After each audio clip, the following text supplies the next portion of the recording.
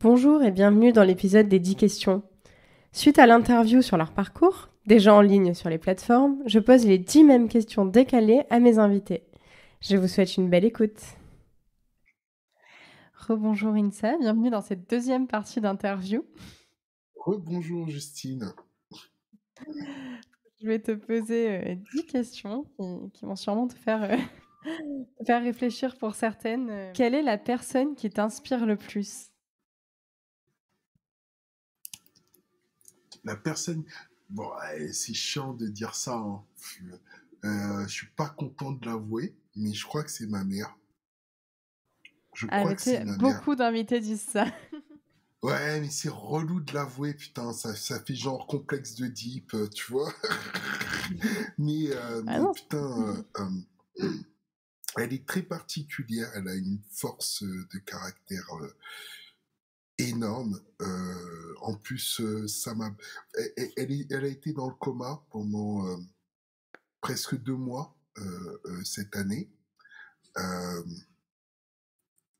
et je suis redevenu son enfant pendant qu'elle était dans le coma. Et, et j'ai voulu prendre soin d'elle avec l'incertitude de savoir si elle allait survivre ou pas. Et en fait, quand elle s'est réveillée de son coma, pendant tout son coma, je lui ai écouté des chansons qu'elle écoutait avec mon père. Les samedis matins, c'était jour de ménage à la maison. Et ça sentait super bon la javel, le propre et tout. Elle changeait les draps avec mon père et tout. Et pour nous réveiller, très tôt, il mettait la musique à fond, des chansons à fond. Et quand on se réveillait, on voyait mon père et ma mère danser collés serrés. Et on était super énervés. Ah, vous avez pas honte de danser comme ça et tout, tu vois. Mais c'est génial. Et puis, donc, je lui racontais, pendant que je lui diffusais les chansons, je lui rappelais ces épisodes gamins où j'étais dégoûté. Et, euh, et puis, elle va mieux. Et quand elle a retrouvé la parole, euh, euh, eh ben, elle m'a dit un truc qui m'a bouleversé, mais je lui ai pas montré, hein, je suis un mec. Euh, elle m'a dit, tu sais, Insa, des fois, faut accepter que les gens partent. Ah, Sauf ça me qu'elle met a les larmes aux jamais, yeux. malheureusement, et elle a tort parce qu'en fait, on peut jamais accepter que quelqu'un parte. Et elle, quand j'étais petit, tu sais, j'ai eu la polio petit.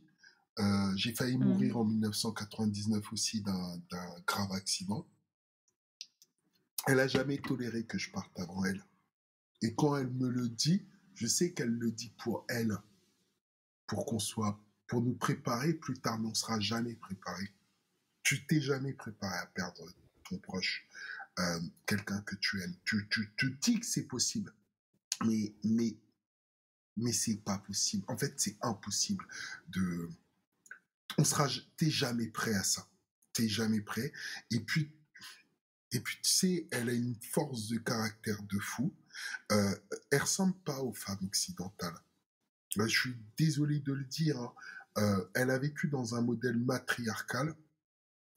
Euh, Elle sait ce que c'est qu'une femme et elle n'a pas de leçon. On n'a pas de leçon à lui donner. Et cette force-là, euh, euh, je puise dedans à chaque fois que j'ai des doutes. Et je me dis tout le temps, je peux pas échouer parce que ma mère, elle le veut pas. La deuxième question. Si tu étais un animal, tu serais quoi ? Ah putain, j'aimerais trop être plein d'animaux. J'aime bien les scorpions pour décider de mon propre sort. Tu vois, c'est relou à dire, hein, mais être maître de son propre sort, j'aimerais bien être... en fait, j'aimerais bien être... non, c'est con. Je voudrais pas être un arbre parce que c'est con. T'as dit animal, mais je parle aussi de plantes. Mais j'aurais bien aimé avoir une vie consciente et voir le temps défiler pour voir l'histoire, comment elle se déroule. Tu vois. Mais il y a des animaux, les baleines, ça vit très longtemps, les tortues, ça vit très longtemps et tout, mais si tu veux, ils n'ont pas conscience de ce qui se joue autour d'eux. J'aurais aimé, non, alors qu'est-ce que j'aurais aimé être comme animal? Pour être précis, euh, non, en fait, j'aurais pas voulu être un animal. Non, non, Ouais, non, non, tu veux j'aurais pas vraiment voulu rester un être homme. un. Non, c'est pas que je veux rester un homme, c'est que j'ai trop envie de connaître. Je- Tu vois, un truc, j'aimerais savoir c'est quoi ce qu'il y avait avant le Big Bang. Donc j'aimerais un jour, tu vois, le jour de ma mort, si j'ai pas cette putain de réponse après la mort, je dirais mais c'est naze. Tu vois, c'est comme C'est une tu vois les arnaque. films, mais c'est une arnaque. T'as un film et la fin, tu sais, le film il s'arrête avant la fin. Tu vois ou pas? C'est le même truc. Ah ouais, je T'as vois. plein de questions et t'as pas les réponses. Et s'il n'y a pas d'animaux, enfin, j'aimerais avoir juste des réponses sur plein de questions.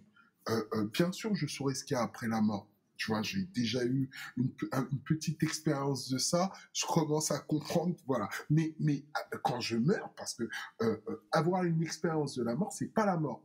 Et quand tu meurs, j'aimerais avoir des putains de réponses. Des putains. Ça se trouve, c'est les vers de terre qui ont les réponses. Non, pas les vers de terre. Tu sais, les animaux, les insectes qui te bouffent le corps, là. Ça se trouve, eux, ils savent ce qui se passe après la mort. Euh, et, et bah oui, je préférerais être ça, tu vois, savoir ce qui se passe après, et puis savoir aussi comment tout ça est possible. Tu vois, on se pose toujours la question, est-ce que tout n'est pas qu'un rêve? Je pense qu'on a tous cauchemardé de ça un jour. Mais grave, c'est hallucinant. Bon. Non, je ne serais pas un animal, en fait. Voilà. Ouais. Si tu n'avais pas fait ton métier actuel, qu'aurais-tu fait? Euh, euh, J'aurais été Papa Lapin. Et juste Papa Lapin. C'est le titre, en fait, Jeanne au Lapin, c'est un livre que j'ai lu quand je devais avoir 6 7 ans. Et c'est mon père qui me l'avait offert. Et il y a Jeannot Lapin qui vient de naître. Et toute la famille se réunit autour de lui. Et le grand-père dit, ah, je sais ce que va devenir Jeannot Lapin quand il sera adulte. Il sera pompier. La grand-mère a dit, mais non, il sera pas pompier, il sera instituteur. Non, il sera ceci. Et toute la famille se dispute. Il y a que Papa Lapin qui sait ce que va devenir Jeannot Lapin. Et ben, Jeannot Lapin, quand il sera adulte, il sera Papa Lapin. Tout simplement. Si j'avais pas été ça, et ben, j'aurais juste été Papa Lapin et ça m'irait très bien. Je pense que j'aurais jamais fait de politique. Je pense que j'aurais pas été pilote de chasse parce que je veux pas tuer les gens, finalement. Donc, Papa Lapin, ça me va. Si tu devais prendre un café avec une personnalité en vie ou non, ce serait qui et pourquoi? Si je devais prendre un café avec une personnalité en vie ou non, ce serait Akhenaton, qui est devenu après Aménophis. Euh, pour comprendre pourquoi il a créé ces religions monothéistes, hyper patriarcales et hyper violentes. Comprendre. Quel est ton endroit refuge pour te ressourcer? J'en ai pas mal. J'ai Dakar, Mhm. mais malheureusement, j'y vais plus assez souvent. J'ai Barcelone, j'y vais très souvent. Euh, j'ai la maison de l'un de mes meilleurs potes qui s'appelle David Besson Girard, qui est un architecte paysager. J'adore aller là-bas. C'est à Avena, à quelques kilomètres de, euh, de Mâcon. Euh, euh, j'ai aussi mon lit qui m'aide beaucoup. Je comprends. Quelle est la plus grande leçon que la vie t'ait apprise? Accepter de vivre, c'est la plus grande leçon. Accepter de vivre. J'ai failli mourir quand je venais à peine d'apprendre à marcher. Je devais avoir 2 ans. D'où la référence à ma mère. Les médecins ont dit que j'allais pas survivre. Elle a dit si. Ensuite, quand je me suis réveillé, ma mère, on a dit à ma mère et à mon père, oui, mais il pourra plus jamais marcher. Il sera paralysé. Ma mère a dit, non, il va marcher. Et elle m'a Hmm. obligé à marcher et j'ai marché. Ensuite, euh, euh, j'ai dû apprendre à me regarder dans le miroir et à surtout pas euh, m'identifier comme un handicapé. Et ma mère m'a beaucoup aidé en ça, maladroitement aussi. Hein. Elle n'est pas parfaite, elle a été très maladroite sur certains aspects. Et euh, ensuite, quand j'ai eu mon grave accident en 1999, euh, je souffrais vraiment beaucoup et je me suis dit, là, faut que je lâche prise. Et en fait, j'ai eu raison de ne pas lâcher prise parce que j'ai 2 enfants merveilleux, géniaux, que j'adore, apprendre à vivre. T'as eu le sentiment que tu avais ce choix de lâcher prise à ce moment-là? J'ai toujours eu le sentiment de lâcher prise. Je l'ai toujours eu. Je me souviens très bien de quand j'avais 1 an et demi. Je sais que pour le commun des mortels, c'est bizarre d'avoir quand on leur dit mais j'ai un souvenir qui date de. C'est mon tout premier souvenir, c'est quand j'avais 1 an et demi et que j'étais dans le coma et que bah oui, je devais mourir. Je m'en souviens par cœur. Et c'était non, pardon aux auditeurs de dire des trucs, c'est des expériences personnelles. Je sais que tout le monde ne vit pas les mêmes choses face à ça, mais c'était tellement agréable de partir. Et sans ma mère, je serais sans doute parti. En 99, j'étais à l'hôpital Bichat, dans un service et c'est la cour des miracles, ce service. Je crois que c'est le 6e étage de l'hôpital de Bichat. Mais franchement, ce que tu peux voir, tu le racontes, même dans les films, ça n'existe pas. Non, mais c'était une dinguerie, cette expérience de fou. Et tu vois, c'est... Des fois, tu as envie de partir, tu vois. Mais tu as des gens qui vivent des trucs, pas seulement pour des accidents, mais parce que la vie, elle n'est pas facile. Quel est ton rapport à ton passé? Génial. Dans mes livres, il y a beaucoup de mon passé. Je raconte énormément mon passé. Parce que c'est un passé qui est nourri d'énormément de paysages. J'ai eu la chance d'avoir plein de vies. Plein de vies. J'ai eu la chance de rencontrer des gens, mais complètement différents. Des gens qui sont super opposés, qui n'ont rien à voir les uns les autres. Et ça, c'est une putain de chance. Mon rapport, il est apaisé aussi parce que des fois, j'ai dû faire le deuil de gens que j'aimais, mon père en particulier. Il a fallu que j'apprenne à faire le deuil, apprendre à lui pardonner comme à me pardonner. Donc, j'ai pas de souci avec le passé. J'ai commis des erreurs qui aujourd'hui aussi me, me ont des conséquences sur le présent, malheureusement. Euh, euh, mais tu peux pas tout maîtriser. Et c'est juste te dire, bah, tu l'as fait, ça, t'étais bien quand tu l'as fait, là, ça va pas. Mais non seulement tu dois rebondir, mais ça doit te servir. Quelle est la chanson qui te motive? Ça dépend des jours, ça dépend de ce que j'écris. En fait, j'écoute beaucoup de musique quand j'écris. Sinon, j'en écoute pas.